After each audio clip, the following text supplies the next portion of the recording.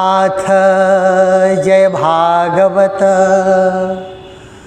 पवित्र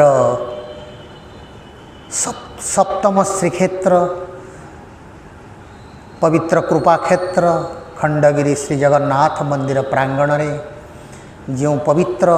जगन्नाथ मंदिर जागमरा धर्म विहार स्थित खंडगिरीर यही पहाड़र अंशरे अवस्थापित जगन्नाथ चेतना महासत्संग तरफर भक्त माने निरविच्छिन्न भाव दीर्घ 19 वर्ष धरी जगन्नाथ महाप्रभु को भागवत समर्पण कर चली से पवित्र पावन भागवत उत्सव कार्यक्रम जन्माष्टमी ठारू भागवत पूर्णिमा पर्यंत चली आसंतु प्रभु जगन्नाथ को समर्पित भागवत कौन कहते त्रेतया जुगर कथा त्रेतया जुग प्रवेश न जगन्नाथ राजा उर्वशी करी म्लान श्री जगन्नाथ अग्नि उद्देश्य बने गला श्री जगन्नाथ बने अनल नदे खिला श्री जगन्नाथ जे वृक्ष मूले थोई देला श्री जगन्नाथ से वृक्ष अस्वस्थ हो इला श्री जगन्नाथ जय भागवत। भागवत एभली एक आध्यात्मिक शास्त्र जगन्नाथ महाप्रभुंकर निर्देश ही भागवत रचना करा जाइछि। कारण होछि जे लीला पुरुषोत्तम भगवान श्रीकृष्ण होचंती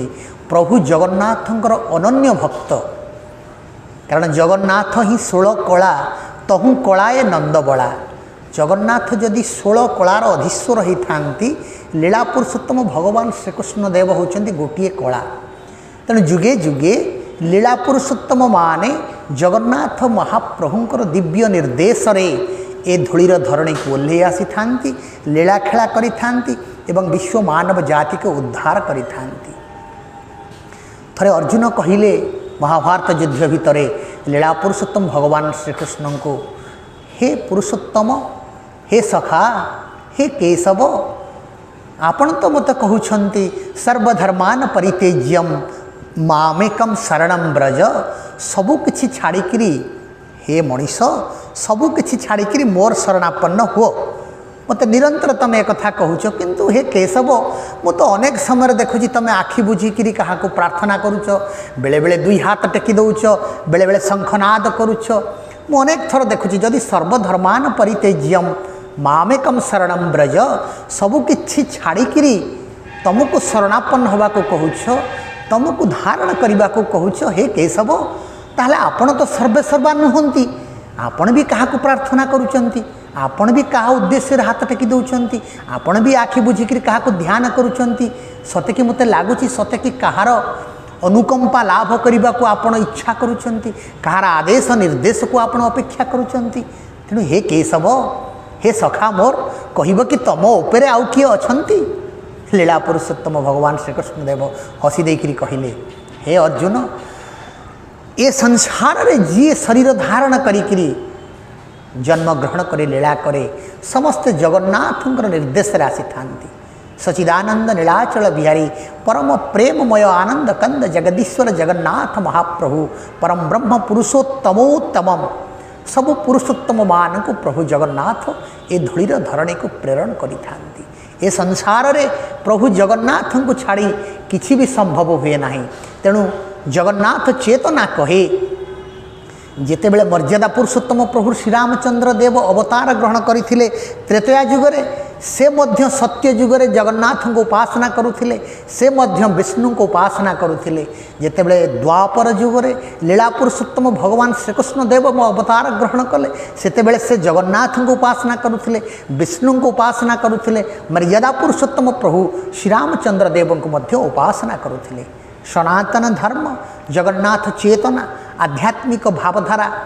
समस्त को नहीं पूर्वावर्ती को नहीं परवर्ती आविर्भाव यथार्थ आध्यात्मिक विद माने कहती ପୂର୍ବବର୍ତ୍ତୀ को नहीं परवर्ती आविर्भाव पूर्वर जो माने ए सृष्टि को सर्जना करिसंती पूर्वर जो माने ए सृष्टि को नियंत्रण करबा पाई विधान प्रदान करिसंती सेही मान को आधार करी परवर्ती माने ए संसार को परिचालना करिथांती। लीला पुरुषोत्तम श्रीकृष्ण देव अर्जुन को कहउछंती हे सखा तमें जो प्रश्नटी मत पचारिल निश्चित भाव में एक स्वतंत्र प्रश्न से हूँ पिंड ब्रह्मांड तत्वर प्रश्न से हूँ विश्वरूप प्रदर्शनर प्रश्न मुझे जगन्नाथंकर कला ग्रहण कर आसी से चतुर्धा मूर्तिंकर कला मो भितर अच्छी देख हे कृष्ण देख मु किए यह कहीकि लीला पुरुषोत्तम भगवान श्रीकृष्ण देव तांकर विश्वरूप दर्शन देइचंती अर्जुन को यदि विश्वरूप दर्शन करि न थांते अर्जुन ताहाले कुरुक्षेत्र युद्ध रे से केबे हेले युद्ध करि न थांते से कहिले अर्जुन कहिले हे केशव तमे मते जेते बुझेइले भी मु कुरुक्षेत्र युद्ध रे युद्ध करिबी नाही काहे कि जानिछ मु का संगे युद्ध करिबी हे केशव हे सखा मोर तमें तो विश्वरंजन तमें तो विश्वर कर्ता तमें तो दिग्दर्शक मते एभली संकटापन्न अवस्था पहुँचे देच मते तुम एभली त्रिचक्की जगार पहुँचे देच मते शत्रु करे ठिया कर देच कहार शत्रु मोर अजांकर शत्रु मोर ज्ञाति कुटुंब आत्मीय स्वजन भाई कौरव माने सब तो मोर निजर आम एकाठी रोलु एका घरे खाऊलु एका राज्य रोलु एका गुरु पाखे पाठ पढ़ीचु कौरव पांडव माने दुई बापांकर पुओ झील से 100 को ये 5 सब तो गोटे परिवार ना सब तो गोटे वंशर गोटे गुरु समस्त सबू एक तांकर जेज एक पिता छिना 2 राज परिवार एक गुरु मध्य एक परिवार रोथले एक नदी रे गाधौथिले तांकर शैशव ठू कैशव यौवन वार्धक्य इत्यादि इत्यादि युवकावस्था सब एक तेणु हे केशव मु स्थिर करि पारुनी मते कौ भली एक तिछक्की जगार आनी पहुँचे देल जो मोर बंधु ज्ञाति कुटुंब मान सहित मते युद्ध करने को पड़ुछ। भागवत कहउछंती अश्वत्थ वृक्ष समी वृक्ष श्री जगन्नाथ राजन देखिला प्रत्यक्ष श्री जगन्नाथ ए यज्ञ वृक्ष काष्ठ जानी श्री जगन्नाथ गढ़िला यज्ञर आरणी श्री जगन्नाथ अरणी मंथी अग्नि करी श्री जगन्नाथ निगम मंत्र को चारि श्री जगन्नाथ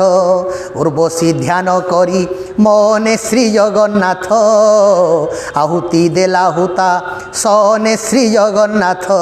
उर्वशी यज्ञ बले आसी श्री जगन्नाथ राजा शयने मिले निशि श्री जगन्नाथ जय भागवत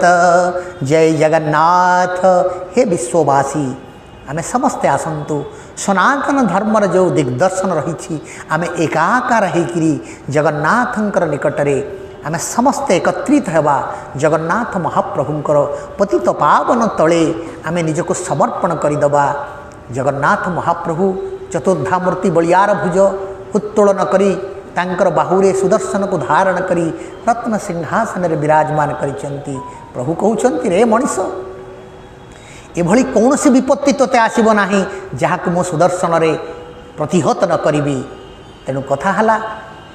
अंतर भितरे भक्ति भाव रे जो जीव जगन्नाथ पाखरे निजक उत्सर्ग कर दे छाए प्रभु जगन्नाथ जुगे जुगे ताको उद्धार करने पाई धूलीर धरणी में लीला विचरण करिथांतु। तेणु आसंतु आमे समस्ते उदात आत्मनिवेदन रे अंतरर गभीरतम प्रदेश रे जगन्नाथ ठारे शरणापन्न होई महाप्रभु को भागवत समर्पण करिबा। जय भागवत जय जगन्नाथ जय जगन्नाथ।